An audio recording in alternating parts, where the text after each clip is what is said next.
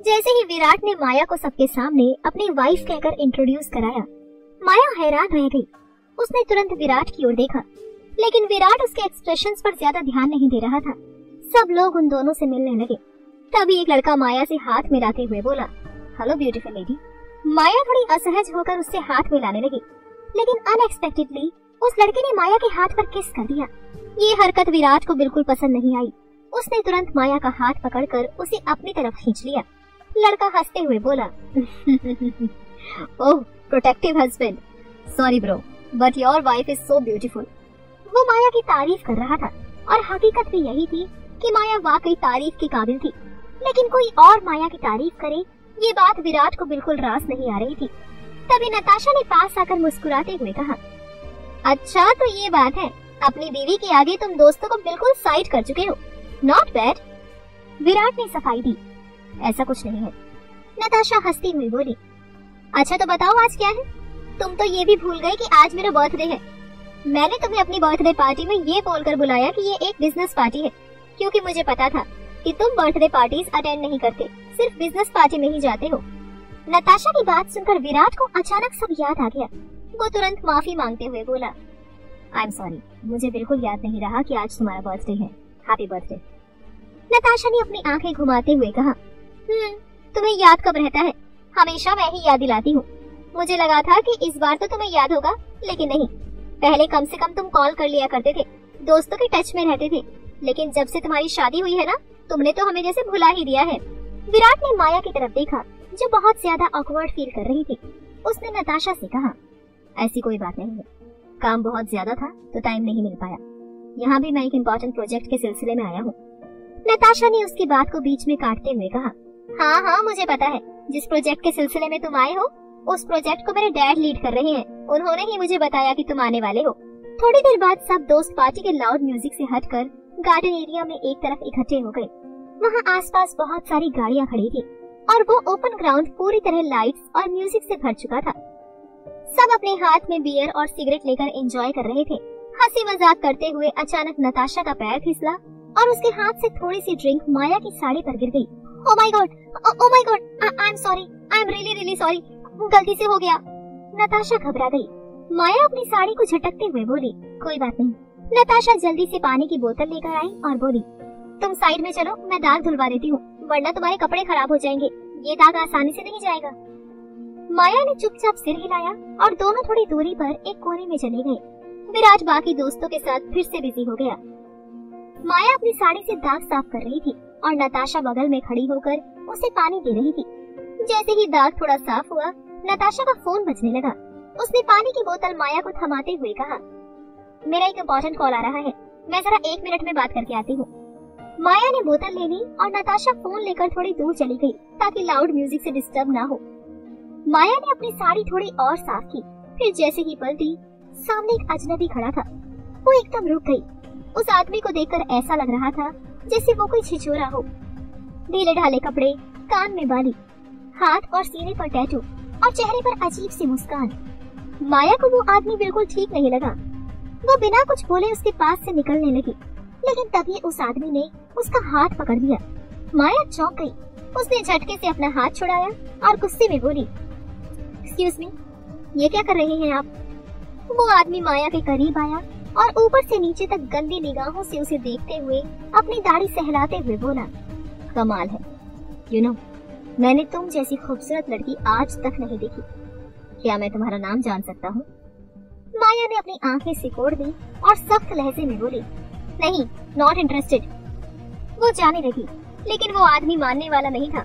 उसने फिर से माया का हाथ पकड़ लिया और उसे अपनी ओर खींचकर उसकी कमर पर हाथ रख दिया। माया बुरी तरह डर और गुस्से में भर चुकी थी। उसकी आंखें हैरानी से फट गई।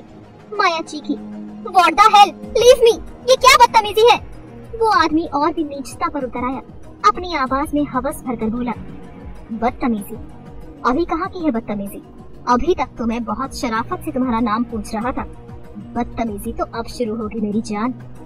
माया को उस आदमी की हरकतों पर गुस्सा आ रहा था, लेकिन वो आदमी बेहया बनकर उसके सामने पड़ी ही गंदी मुस्कान लिए खड़ा था। माया उसके हाथों में झटपटा रही थी, लेकिन उसे कोई फर्क नहीं पड़ रहा था।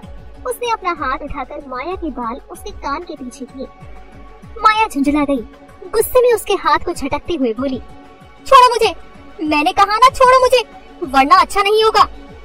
वो आदमी अपनी भौहें ऊपर उठाते हुए हंसा। रियली? और क्या कर लोगी तुम जैसी नाजुक लड़कियां कर भी क्या सकती हैं? चलो अब इतने नखरे मत करो। Come on baby, let's enjoy tonight. Maya उसे हैरानी से देख रही थी। घिन आई उसे उस आदमी की सोच पर। वो साफ मना कर रही थी, गुस्से में थी, लेकिन इस आदमी पर जैसे कोई असर ही नहीं हो रहा था। माया को इतना गुस्सा आया कि उसने एक झटके में अपना पैर उठाया और सीधा उस आदमी के पेट पर लात मारी। एकदम से उसकी आवाज बंद हो गई, चेहरा मरोड़ गया और वो अपने घुटनों पर आ गिरा, जैसे किसी ने उसके प्राण वहीं रोक दिए हो। माया झटके से पीछे हुई, उसकी पकड़ से खुद को आजाद किया। माया ने तीखी नजर डालते हुए कहा, मैंने कहा था ना, जाने दो वरना अच्छा नहीं होगा। वो जाने ही लगी थी कि तभी वो आदमी तिलमिलाकर उठा। गुस्से में उसका हाथ पकड़कर उसे खींच लिया और उसके हाथ को पीछे की तरफ मरोड़ दिया। माया तड़प उठी।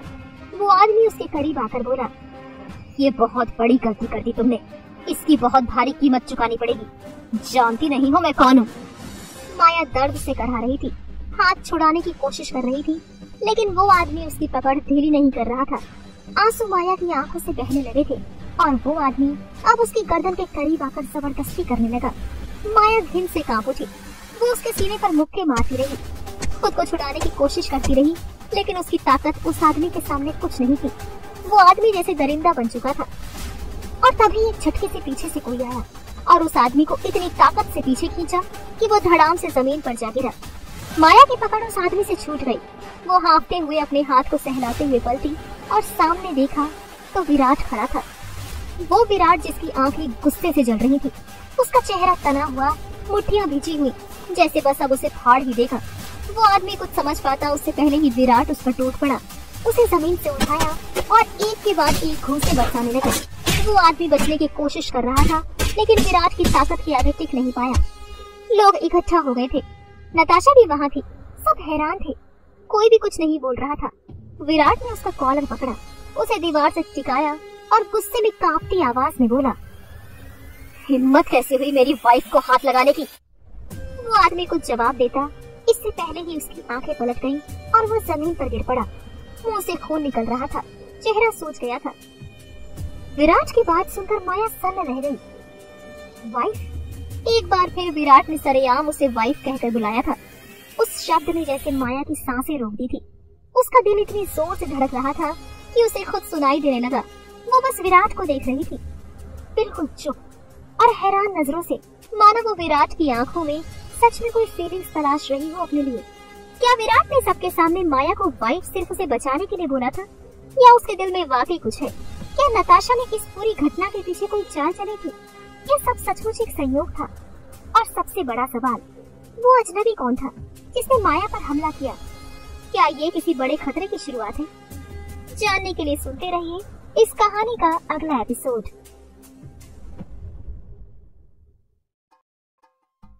जहां माया विराट की आंखों में अपने लिए फीलिंग्स तलाश रही थी, वहीं विराट की आंखों में अब भी गुस्सा था।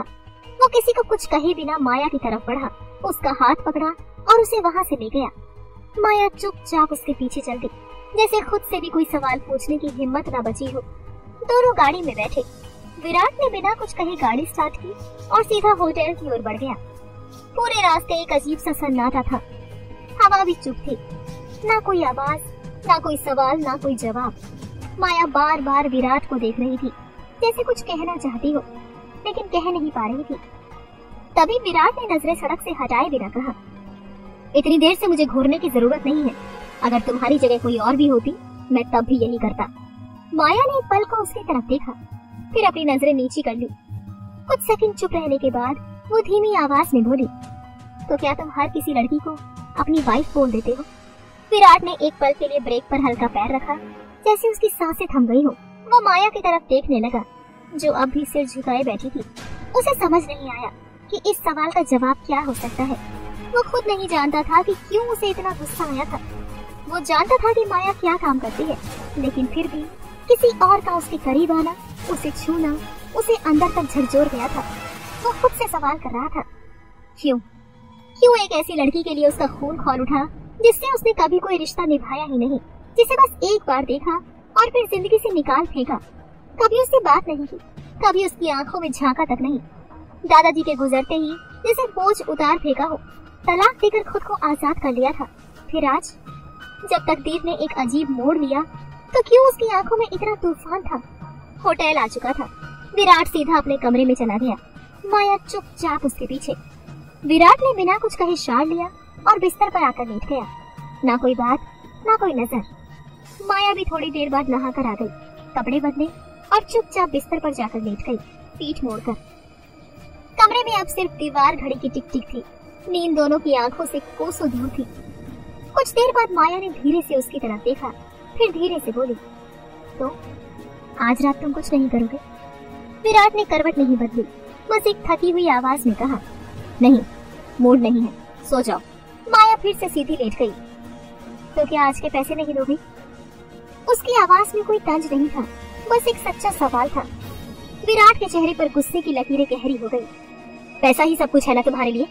डोंट वरी, मिल जाएंगे। उसकी आवाज में झुंझुलाहट थी, जैसे खुद से भी नाराज हो। माया चुप रही, फिर धीमी आवाज में बोली, पर मैं नहीं लूंगी।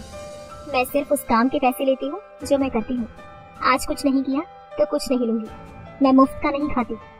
विराट एक हल्की सी कड़वी हंसी हंसा और तंज करते हुए बोला, इसे तुम काम कहती हो?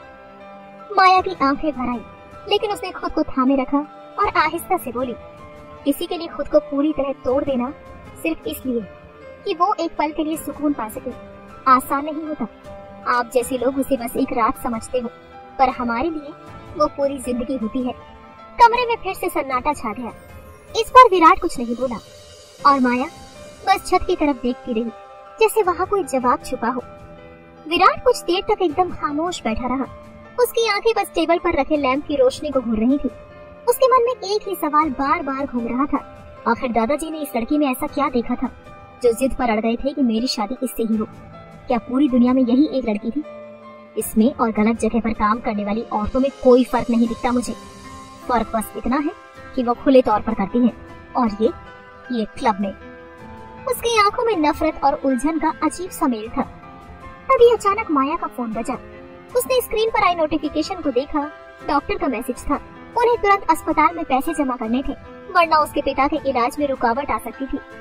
माया की आंखें चिंता से भर गई। वो कुछ सेकंड तक विराट को देखती रही, जो अब भी मौन बैठा था। फिर एकदम से उसकी तरफ बढ़ी और उसे झकझोर दिया। विराट चौंक कर बोला, ये तुम क्या कर रही हो? माया ठंडे स्वर में बोली, आपने 1 महीने के लिए मुझे रखा है और उस 1 महीने में हर रात की कीमत अदा करनी है मुझे। ना मैं मुफ्त में काम करती हूँ और ना ही बिना काम लिए पैसे लेती हूँ। विराट उसकी आंखों में देखते हुए गुस्से में बोला, मैंने कहा ना, आज मेरा मूड नहीं है। माया ने उसी ठंडी लहजे में जवाब दिया, ठीक है, तो मुझे आज की रात के लिए फ्री करो, ताकि मैं किसी और से बात कर सकूं। मुझे हर रात की कमाई चाहिए। विराट बस हैरानी से उसे देखता रहा। उसे यकीन नहीं होता कि कोई लड़की ऐसे सोच सकती है। उसने तो कहा था कि पैसे देगा, फिर भी माया। विराट की आवाज अब और तीखी हो चुकी थी। उसने सवाल किया, मतलब अगर मैं आज कुछ नहीं करूँगा तो तुम किसी और के पास जाओगी? माया का इरादा उसे चोट पहुँचाने का नहीं था, वो बस उसे प्रोवोक कर रही थी। वो जानती थी कि विराट को सिर्फ गुस्से में लाया जा सकता है, तभी वो उसकी बात सुनेगा। माया ने उसकी आंखों में देखते हुए कहा, हाँ, अगर तुम नहीं तो कोई और। मैं अपनी एक रात भी यूं ही नहीं गंवाना चाहती। विराट का पारा अब हद से ऊपर जा चुका था। उसने गुस्से से भरकर माया को बिस्तर पर धकेल दिया और उसकी कलाई कसकर पकड़ते हुए नफरत से बोला, तो पार्टी वाले लड़के की कोई गलती नहीं थी। शायद उसे भी लग गया था कि तुम कौन हो, इसलिए उसने तुम्हें हाथ लगाया। क्या इसलिए मैंने उसे इतनी बुरी तरह मारा था? अगर तुम्हें ये सब करना ही था तो फिर ड्रामा क्यों किया वहाँ, सिर्फ ध्यान खींचने के लिए? माया की आंखें भर आईं। उसने खुद को संभालते हुए कड़क आवाज में जवाब दिया, आप बता दीजिए, मैं रुकूं या निकल जाऊं? मैं भीख नहीं मांगती, मैं मेहनत करती हूँ, और अगर आपको लगता है कि मैं कोई ड्रामा कर रही थी तो मैं कुछ नहीं कहूंगी। विराट माया की आंखों में देख रहा था, जहाँ गुस्सा नहीं सिर्फ दर्द था, पर उसका अपना दिमाग अब घिन से भर चुका था।